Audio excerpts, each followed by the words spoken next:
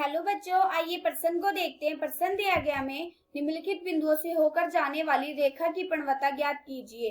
हमें दे रखा है बच्चों -4 और 3 और -6 और 3। बच्चों इस प्रश्न की जो हमारी मुख्य अवधारणा वो क्या बनती है? मुख्य अवधारणा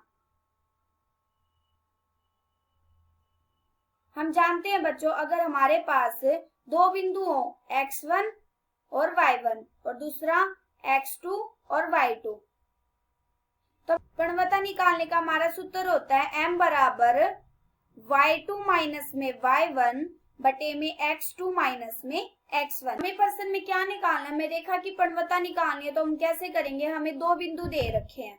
हमें क्या दे रखा है? माइनस में हमें दे रखा है -4 और 3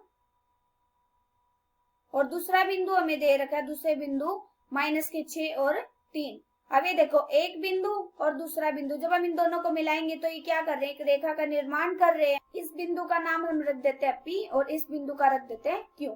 इसके जो निर्देशांक दे रखे वो हमें दे रखे -4 और 3 और इसके दे रखे -6 और 3। अब ये देखो, हमें क्या निकालना? हमें रेखा की इस रेखा की परिवता निकालनी है, तो हम कैसे निकालेंगे? इसके लिए हमारा क्या सूत्र था?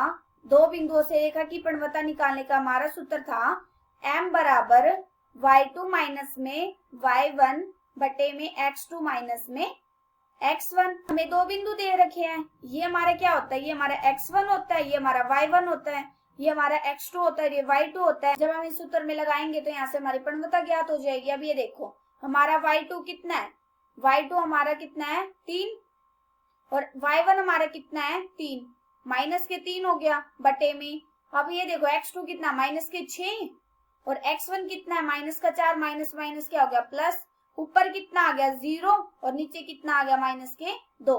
हमारा क्या आ गया? ये बराबर आ गया 0 के। हमारी परिवता क्या निकल गई? m बराबर आ गई 0। हमें क्या निकालना था? हमें रेखा की परिवता निकालनी थी और हमारी रेखा की परिवता कितनी आ गई?